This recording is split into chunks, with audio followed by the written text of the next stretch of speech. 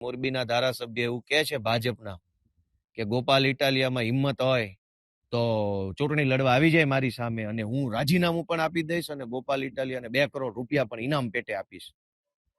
તો મારી મોરબીના ધારાસભ્યએ આપેલી આ ચેલેન્જને આપણે સ્વીકારી લઈએ છીએ સહર્ષ રાજી ખુશીથી કે જો તમે શુરા બોલ્યા ન ફરે, શુરા હોવ, મરદ માણસ હોવ અને એક જ વખત બોલતા હો ને જબાનના પાક્કા માણસ હોવ તો આજે 10 તારીખ થઈ છે, મોડામાં મોડું 12 તારીખે બપોરે 12 વાગ્યા સુધીમાં રાજીનામું તમારું પડી જવું જોઈએ. ગોપાલ ઇટાલિયા પણ વટથી તમારા ચેલેન્જને સ્વીકારે છે.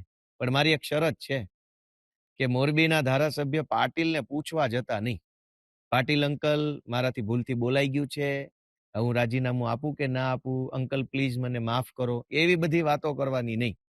પાટીલને પૂછ્યા વગર જ તે તમારા પોતાનામાં હિંમત હોય, તમારામાં તાકાત હોય અને તમારામાં એવું ડેરિંગ હોય તો CR પાટીલને પૂછ્યા વગર, એની પરમિશન લીધા વગર, પાટીલ મને ખીજાશે, પાટીલ મને ઠપકો આપશે, પાટીલ મને મારી ઉપર કાર્યવાહી કરાવશે એવી ડર રાખ્યા વગર મોડામાં મોડું 12 તારીખે બપોરે 12 વાગ્યા સુધીમાં જો રાજીનામું તમે આપી દો તો ગોપાલભાઈ ઇટાલિયા તમારી ચેલેન્જ સ્વીકારે છે.